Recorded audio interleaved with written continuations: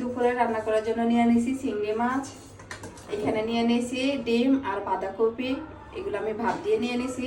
আলু দিয়ে রান্না করব, এই তরকারিটা অনেক মজা হয়। আর এই যে লাল শাক ভাজি করব, এই যে আলু, এই আলু দিয়ে ডিম দিয়ে রান্না করব আমি। ডিমটা আমি আগে ভাপ দিয়ে রেখে দিয়েছি, অনেক মজা হয় এই তরকারিটা খেতে, আমার ভীষণ ভালো লাগে। যারা গোটা ডিম খেতে পছন্দ করে না, বিশেষ করে আমার হাজব্যান্ড, তো আমি তার জন্য এভাবে রান্না করি, সেইটা খেতে খুবই পছন্দ করে। প্রথমে আমি শাকটুকুকে আগে দিয়ে দিচ্ছি,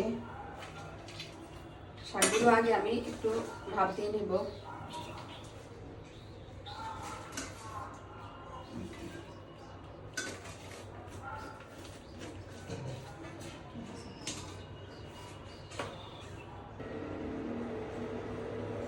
শাকটা ভাপ হতে হতে আমি অন্য কাজগুলো করে ফেলবো।